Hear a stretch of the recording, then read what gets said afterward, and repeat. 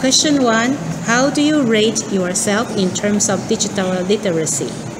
Okay, I will rate myself in terms of literacy 8 because I was born 60s, so that time computer is not yet being used, unlike today. So I will rate myself 8. At least. Question 2.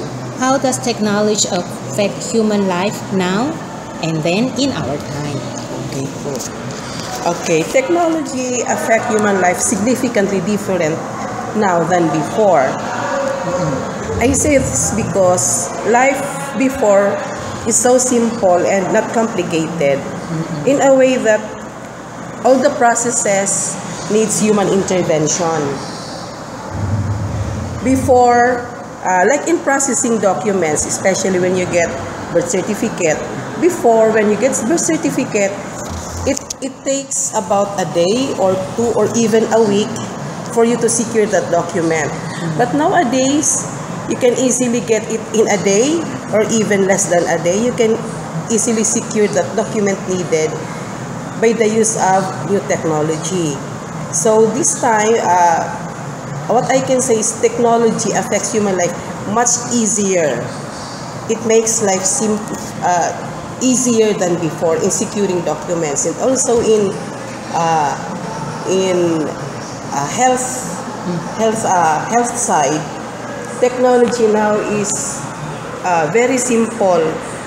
Like for example, in operation, in simple operation before, the doctors need to lacerate a bigger, maybe a big wound if doing operation. But nowadays, doctors can also use a monitor just to guide where that simpler operation is affected.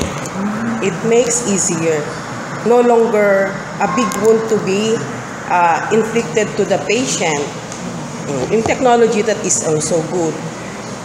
But before, the doctor have to inflict complications for. Sometimes it makes complication like having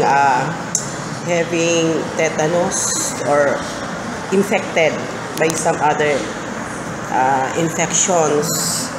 But nowadays, through monitors only, with the guide of telescopic camera, can easily be located.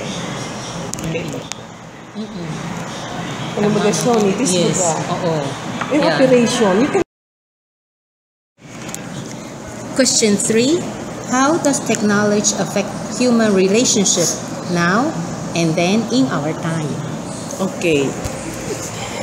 In my teenage time, Shani, relationship with others is more on personal, meaning contact. When you play, just like playing jackstones together during that time. But as of this time, it makes life there is somewhat complications because this time, children nowadays tend to stay the whole day playing computer. Unlike before, during our time, we play water games. So meaning personal contact with each other, face to face. You enjoy each other, you enjoy your laughter together. You even play house. You even play somewhat that most enjoyable being together. But nowadays, Shani, teenage nowadays are very different now. They prefer to stay at home, doing by their own selves, playing computer. Because no gadgets before, we enjoyed going to the farm using boat, especially when it's raining. We enjoyed much before raining time because that is the time we are going to our farm. We just stole the the boat by our cousins. They don't ask permission because for sure they don't permit us to go there. But our friends, group of friends, just stole the boat and then we go there by ourselves and we enjoyed very much climbing up the coconut tree, climbing up some trees, fruit trees like Easter apple, guava. We enjoyed that much before. But this time, like my children, I really hooked on gadgets. We very different. Before it's personal contact, but now more on monitor only. They can play Shawnee. People from other places is staying at home only. And sometimes I hear my son talking different language because he's talking with Germans, Russians, and even French. Although that is good also because they can interact with some other people, some other races, and they know their cultures. But for me, I don't approve with that because teenage you must enjoy interacting personally with each other, not by using gadgets, internet. I enjoyed much personal contact with each other. It is now technology really. It's different from our time to this time. Today, very complicated by the use of technology, digital technology. Although in communication is easy, but when it is in terms of personal interaction, personal, meaning face to face, you can hold physically, you can touch them physically, but this in gadgets, this digital age technology, no, you can just see them face only by monitor. Only by monitor. So meaning, Shawnee, it is very different when you touch your playmate, your friends, than just seeing them by face. They can sometimes they can hide their identity by using these gadgets. That affects. Question 4. How does technology affect one's relationship with oneself or with our inner space? So number 4. I just combined. Okay po. So it affects relationship himself or herself in a way, Shawnee, that this time, meaning personal reflection, it's no longer be always.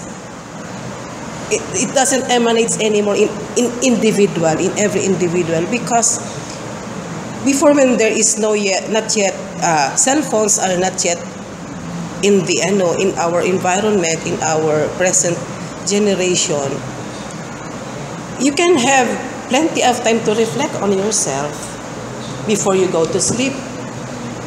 You're going to recall what happened to you this day, what happened to you yesterday.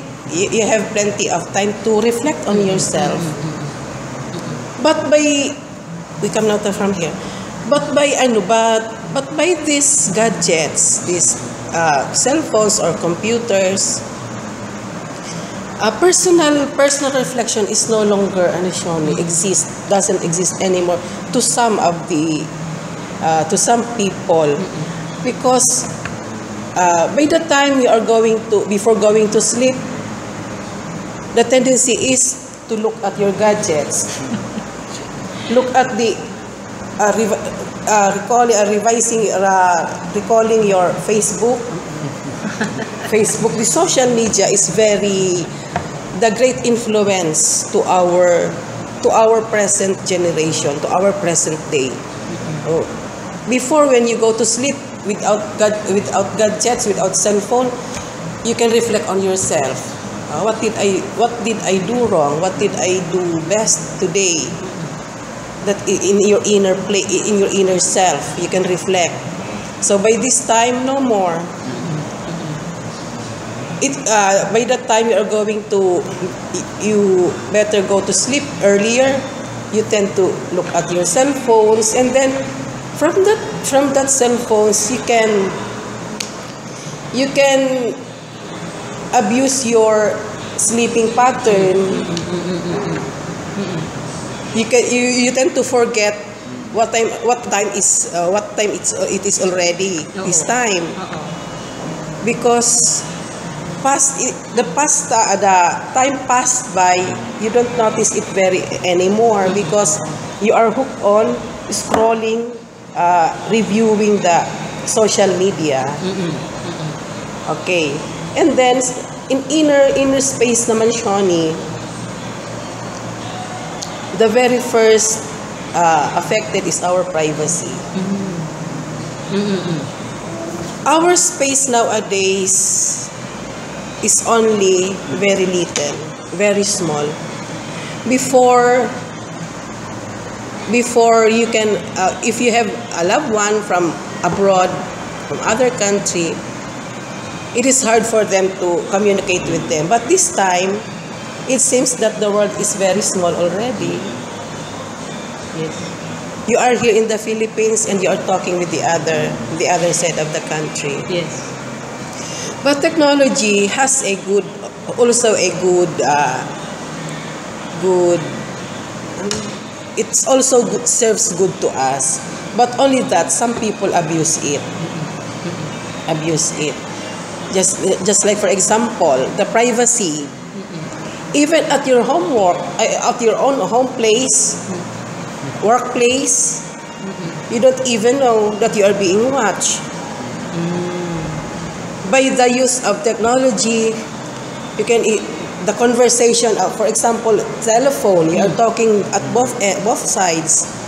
You don't even know, without your knowledge, you are being heard by somebody, by being wired up. That is being used in the future, that is being used against you. Or even this CCTV, it also serves good CCTV, but some techie savvy or genius in hackers, hacking, they can easily steal your identity. They can easily change your identity. Even your bank account, they can get into your money with this use of technology. Those genius in hacking can easily stole your personality, even your assets, even your inner secret. Just like when we hear the news or over the TV, you can see that you have your uploaded in your cell phone, and then being snatched by somebody. Your secrets are there. It is easily be broadcast in the social media. So it